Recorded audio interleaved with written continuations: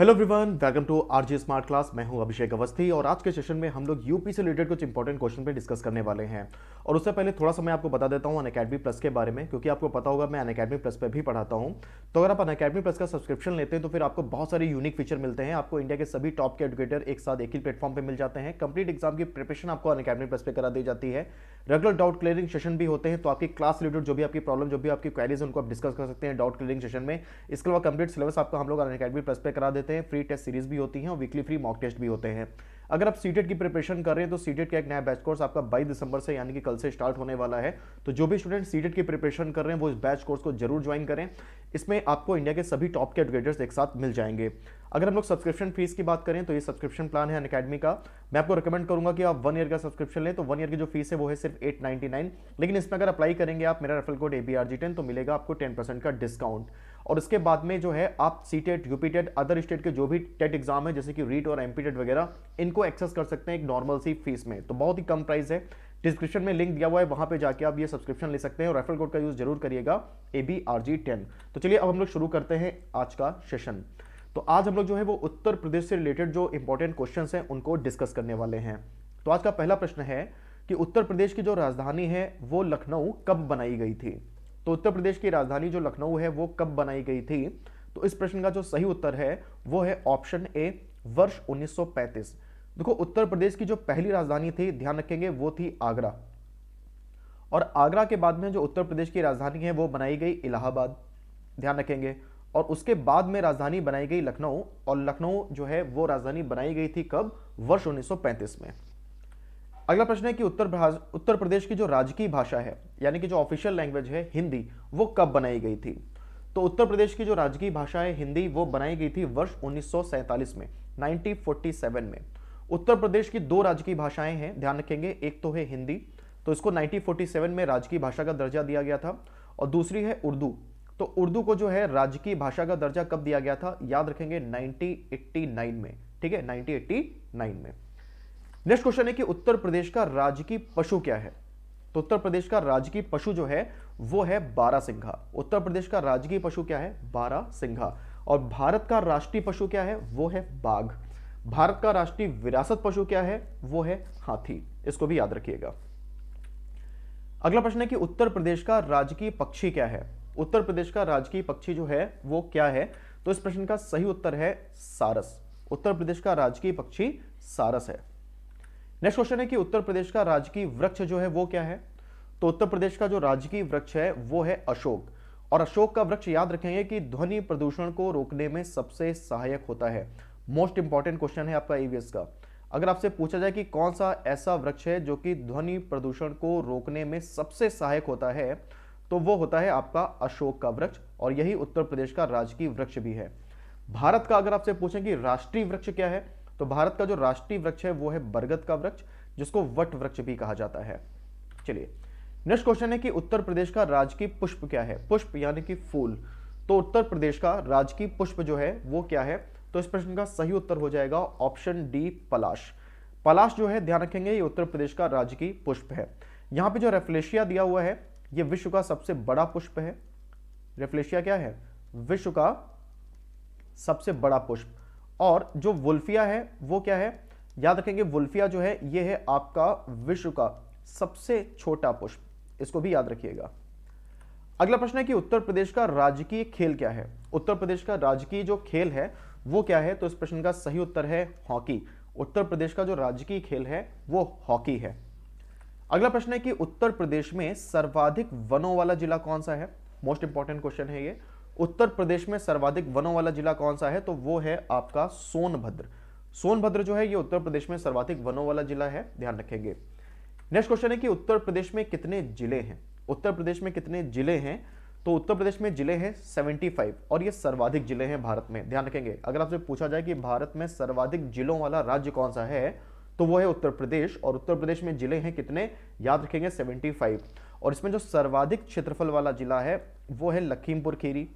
अगर आपसे पूछा जाए कि उत्तर प्रदेश में सर्वाधिक क्षेत्रफल वाला जो जिला है वो कौन सा है, तो आप याद रखोगे वो है लखीमपुर खीरी।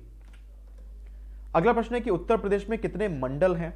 तो उत्तर प्रदेश में कितने मंडल हैं। तो इस प्रश्न का जो सही आंसर है वो है आपका ऑप्शन बी, 18। उत्तर प्रदेश में 18 मंडल हैं, याद कर लीजिएगा। ठीक है, उत्तर प्रदेश में कितने मंडल हैं? 18 मंडल। अगला प्रश्न है कि उत्तर प्रदेश में लोकसभा सीटें कितनी हैं? यूपी में यानी कि उत्तर प्रदेश में लोकसभा सीटों की संख्या जो है वो कितनी है? तो पूरे भारत में जो सबसे अधिक लोकसभा सीटें हैं वो भी उत्तर प्रदेश में ही हैं, और उत्तर प्रदेश में लोकसभा सीटें हैं 80। कितनी लोकसभा सीटें हैं उत्तर प्रदेश में? याद रखेंगे 80। अगला प्रश्न है कि उत्तर प्रदेश में राज्यसभा सीटों की संख्या कितनी है? उत्तर प्रदेश में राज्यसभा सीटों की संख्या जो है वो कितनी है? तो इस प्रश्न का सही उत्तर है ऑप्शन सी 31 यानी कि 31। उत्तर प्रदेश में लोकसभा सीटें हैं 80 और राज्यसभा सीटें जो है वो कितनी हैं? वो हैं 31, याद कर लीजिएगा। अगला प्रश्न है कि उत्तर प्रदेश में विधानसभा सीटों की संख्या कितनी है? उत्तर प्रदेश में विधानसभा सीटों की संख्या कितनी है? तो उत्तर प्रदेश में विधानसभा सीटों की संख्या है 404। 403 प्लस 1 करके लिखा जाता है, एक एंग्लो इंडियन होता है, ध्यान रखेंगे। तो उत्तर प्रदेश में विधानसभा सीटों की कुल संख्या जो है वो है 404। अगला प्रश्न है कि उत्तर प्रदेश में विधान परिषद सीटों की संख्या कितनी है? तो उत्तर प्रदेश में विधान परिषद जो सीटें हैं वो कितनी है? तो इस प्रश्न का सही उत्तर हो जाएगा आपका ऑप्शन ए 100। उत्तर प्रदेश में जो विधान परिषद सीटों की संख्या है वो है 100। अगला प्रश्न है कि उत्तर प्रदेश का उच्च न्यायालय जो है वो निम्नलिखित में से कहां स्थित है? तो उत्तर प्रदेश का जो उच्च न्यायालय है वो निम्नलिखित में से कहां स्थित है? प्रश्न का सही उत्तर हो जाएगा ऑप्शन डी इलाहाबाद। इलाहाबाद जिसका नाम बदलकर अब प्रयागराज कर दिया गया है, तो यहां उत्तर प्रदेश का उच्च न्यायालय स्थित है। और उच्च न्यायालय की एक जो खंडपीठ है यानी कि एक जो बेंच है वो लखनऊ में भी स्थित है। अगला प्रश्न है कि उत्तर प्रदेश की पूरब से पश्चिम तक लंबाई कितनी है? तो उत्तर प्रदेश की पूरब से पश्चिम तक जो लंबाई है वो कितनी है? तो इस प्रश्न का सही उत्तर है option D 650 kilometre. Uttar Pradesh की पूरब से पश्चिम तक जो लंबाई है वो है 650 किलोमीटर। अगला प्रश्न है कि उत्तर प्रदेश की उत्तर से दक्षिण तक चौड़ाई कितनी है? तो उत्तर प्रदेश की उत्तर से दक्षिण तक जो चौड़ाई है वो है आपकी 460 किलोमीटर। लंबाई याद रखेंगे कितनी है?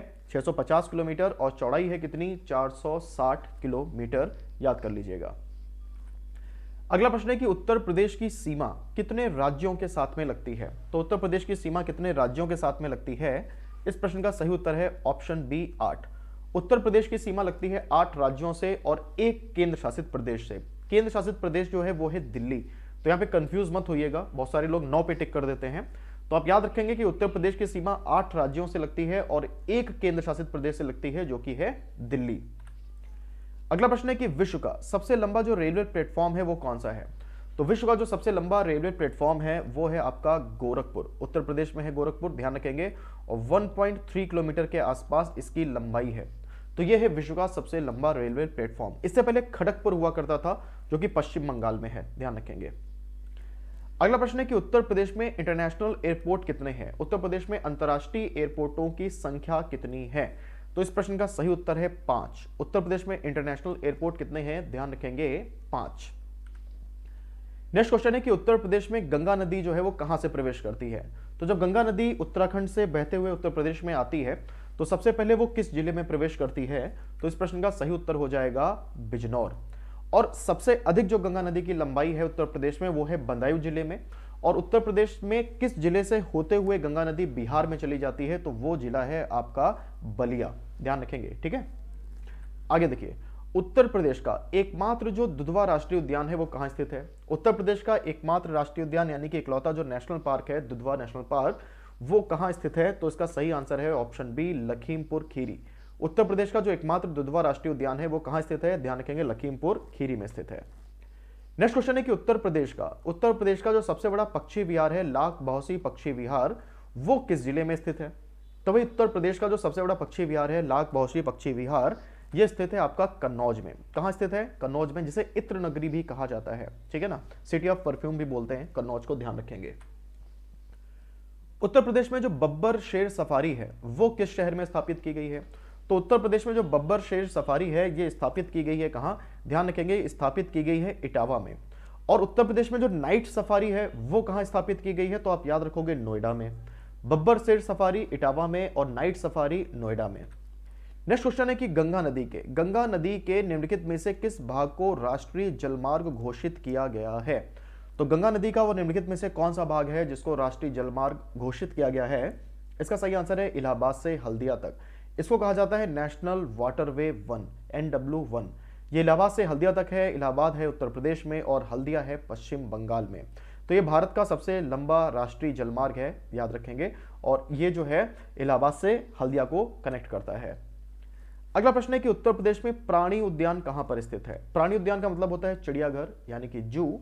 तो उत्तर प्रदेश में जो प्राणी उद्यान है वो लखनऊ, कानपुर, गोरखपुर इन तीनों जगह पे है। तीन ही राष्ट्रीय उद्यान है, सॉरी, तीन ही प्राणी उद्यान है उत्तर प्रदेश में, यानी कि चिड़ियाघर हैं लखनऊ, कानपुर, गोरखपुर इन तीनों शहरों में। अगला प्रश्न है कि उत्तर प्रदेश के राजकीय चिन्ह में क्या शामिल नहीं है। मोस्ट इंपॉर्टेंट क्वेश्चन है कि उत्तर प्रदेश का जो राजकीय चिन्ह है उसमें क्या शामिल नहीं है। तो ध्यान रखेंगे, सही आंसर है मोर। दो मछली और तीर धनुष ये उत्तर प्रदेश का राजकीय चिन्ह है। तो उत्तर प्रदेश के राजकीय चिन्ह में मोर शामिल नहीं है, याद कर लीजिएगा। अगला प्रश्न है कि भारतीय दलहन शोध संस्थान कहां पर स्थित है। तो भारतीय दलहन जो शोध संस्थान है ये कहां पर स्थित है। इसका सही आंसर है कानपुर। दलहन यानी कि दाल वगैरह जो है, तो भारतीय दलहन जो शोध संस्थान है वो आपका कानपुर में स्थित है, याद कर लीजिएगा। अगला प्रश्न है कि चिकन की कढ़ाई के लिए कौन सा शहर जो है वो प्रसिद्ध है। तो चिकन की कढ़ाई के लिए कौन सा शहर प्रसिद्ध है। इसका सही आंसर है लखनऊ, जो कि उत्तर प्रदेश की राजधानी भी है। तो ये चिकन की कढ़ाई के लिए, चिकन के कार्य के लिए प्रसिद्ध है। लास्ट क्वेश्चन है आज का कि निम्नलिखित में से जो बांसुरी है वो कहाँ का प्रमुख वाद्य यंत्र है। तो बांसुरी कहाँ का प्रमुख वाद्य यंत्र है। आप याद रखेंगे, बांसुरी जो है वो मथुरा का प्रमुख जो है वाद्य यंत्र है। भगवान श्री कृष्ण आपको याद होंगे, ठीक है ना। तो मथुरा से संबंधित है बांसुरी वाद्य यंत्र का, याद कर लीजिएगा। तो ये थे कुछ आज के इंपॉर्टेंट क्वेश्चन जो अभी हम लोगों ने डिस्कस किए। और अगर आप इस वीडियो का पीडीएफ डाउनलोड करना चाहते हैं तो आप हमारे टेलीग्राम चैनल से डाउनलोड कर सकते हैं। टेलीग्राम चैनल का लिंक मैंने डिस्क्रिप्शन में दिया हुआ है। वीडियो अच्छा लगा हो तो इसे लाइक करिएगा, शेयर करिएगा और कमेंट करके जरूर बताइएगा कि वीडियो आपको कैसा लगा। तो आज के लिए इतना ही, मिलते हैं अगले वीडियो में, तब तक के लिए गुड बाय, थैंक यू।